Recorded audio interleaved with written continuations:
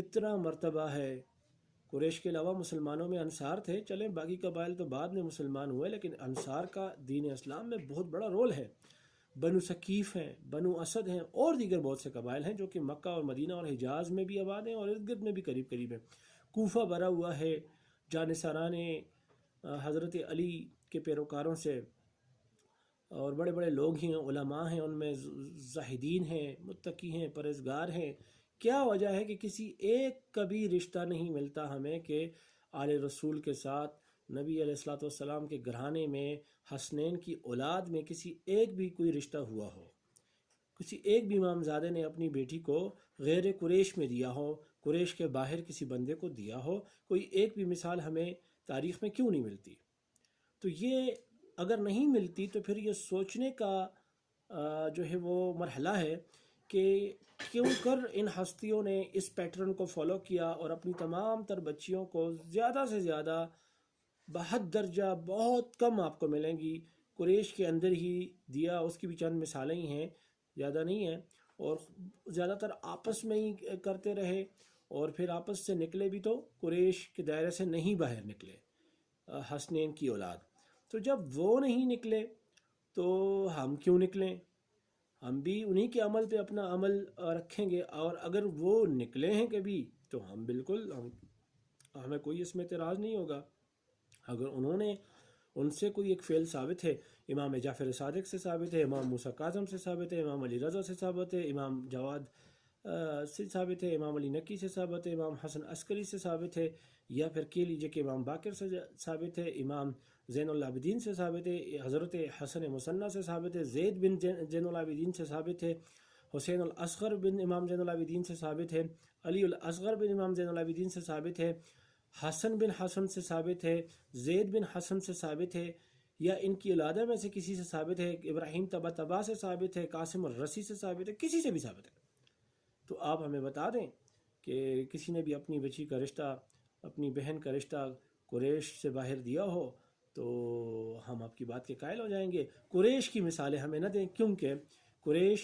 اور بنو ہاشم ایک ہی گھر تھے. بنو ہاشم قریش کی شاخ تھی، اور زیادہ سے زیادہ 2 سے 3 پشتوں میں قریش سے الگ ہوئی تھی. آپ دیکھ لیں کہ ہاشم میں اور نبی علیہ الصلوۃ والسلام میں جو ہے وہ کیا ہے کہ نبی علیہ السلام کے والد صاحب عبداللہ کے والد عبد المطلب، اور ان کے والد جو ہے وہ ہاشم پردادا تھے. تو پردادا تک کوئی خاندان اتنا الگ نہیں ہوتا، وہی نبی علیہ السلام کا خاندان ہے قریش. تو انصار میں نہیں،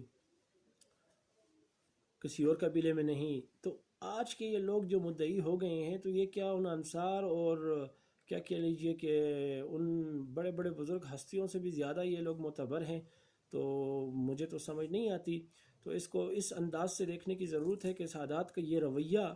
کہ یہ اپنی بہنوں کا، اپنی بچیوں کا رشتہ غیروں میں نہیں کرتے، یہ آج سے نہیں ہے، یہ اسی اسلام کے زمانے سے اور انہی ہستیوں سے جن کو نے اسلام کو قائم کیا ہے، جنہوں نے اس نظام کو قائم کیا ہے، جنہوں نے اس ترتیب کو قائم کیا ہے، انہی سے لے کر چلا آ رہا ہے، اور آج تک سادات اس پر قائم ہیں و دائم ہیں، اور انشاءاللہ تعالی آئندہ بھی قائم و دائم رہیں گے. اگر اس کی برعکس کوئی مثال موجود ہے کہ ان میں سے کسی شخصیت نے قریش سے باہر نکل کر کسی کو اپنا کوئی رشتہ دیا ہے، تو پھر میں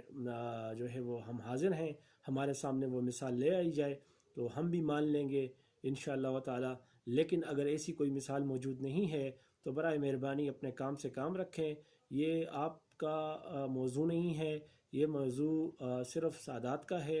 اور سادات کے ساتھ متعلقہ ہے، اور ان کی مرضی ہے اور ان کا اختیار ہے کہ وہ جہاں چاہیں، جس سے چاہیں اپنی جو ہے وہ رشتے قائم کریں، اور جس سے نہ چاہیں نہ کریں. یہ ایک پرسنل میٹر ہے، یہ ایک خاندانی مسئلہ ہے. اس کو آپ دین اور مذہب اور شیعہ اور سنی، وہابی اور بریلوی کا حصہ نہ بنائیں. ہمیں کوئی مطلب نہیں ہے کہ کس مسلک میں اس بارے میں کیا رائے ہے. یہ سادات کی اپنی رائے ہے، ان کے اجداد سے چلی آ رہی ہے، اور آج تک الحمدللہ رب العالمین واحد وہ چیز ہے کہ جو کہ قائم و دائم ہے. اور اسی کے طفیل، اسی کی برکت سے سادات کی جو شناخت ہے وہ دنیا میں جہاں کہیں بھی گئے ہوئے ہیں، وہ شناخت آج تک الحمدللہ رب العالمین برقرار ہے. سید گم نہیں ہوا، غیر لوگ ضرور سید بن گئے ہوں گے، کیونکہ جب بھی کوئی سید ہوتا ہے، جب بھی وہ اپنوں سے جتنا بھی ناراض ہو، جتنا بھی خفا ہو، جتنا بھی اپنی برادری سے الگ ہو کر دوسروں کے ساتھ اس کے اچھے تعلقات قائم ہو گئے ہوں، جب اس کی بچی کے رشتے کی باری آتی ہے تو وہ اپنے ہی قوم کا کوئی بندہ ڈھونڈتا ہے، کوئی دوسرا سید تلاش کر کے اس کو دیتا ہے، اور یوں وہ پھر سے وہ سادات کی سرکل میں اس کا جو ہے وہ ایک کمیونٹی اس کی برقرار رہتی ہے، وہ اپنی کمیونٹی سے باہر نہیں ہوتا اور اپنی کمیونٹی کا حصہ بنا رہتا ہے، اور یوں وہ اس شناخت کو برقرار رکھتا ہے، کیونکہ سادات تو بہت زیادہ مائگریشن سے گزرے ہیں، بہت زیادہ کہہ لیجئے کہ بکھرے ہیں، بہت زیادہ کریا کریا نگر نگر میں بٹ گئے ہیں، لوگ ہزاروں میں تھے، سید ایک تھا، قبائل میں جا کر اکا دکا سید آباد ہوئے، تو اگر یہ رشتے کرتے بھی اور دیتے بھی تو اس صورت میں ان کا گم ہونا، ان میں ضم ہو جانا قطعی تھا، لیکن الحمدللہ رب العالمین اس ایک سنت کی وجہ سے اور اس ایک طریقے کی وجہ سے آج تک سادات کا تشخص برقرار ہے، بھلے سے وہ 1,00,000 میں ایک ہوں یا 1 کروڑ میں ایک ہوں، ان کا تشخص جو ہے وہ برقرار ہے، اور یہ اسی جو کوڈ ہے، جو کوڈ آف کنڈکٹ ہے، جو میریجز میں سادات جو ہے وہ فالو کر رہے ہیں، یہ اسی کی برکت ہے، اور یہ ہمارا اپنا بنایا ہوا نہیں ہے، یہ انہی ہستیوں سے چلا آ رہا ہے، اور الحمدللہ آج بھی ہم اس پر قائم و دائم ہیں۔ الصلاۃ والسلام علیکہ یا رسول اللہ ورحمۃ اللہ وبرکاتہ۔ الحمدللہ رب العالمین، والصلاۃ والسلام علی سید اشرف الانبیاء والمرسلین وعلی آلہ الطیبین الطاہرین المعصومین المظلومین، ولعنۃ اللہ علی الاعداء الاجمعین الی یوم الدین، والسلام ورحمۃ اللہ وبرکاتہ۔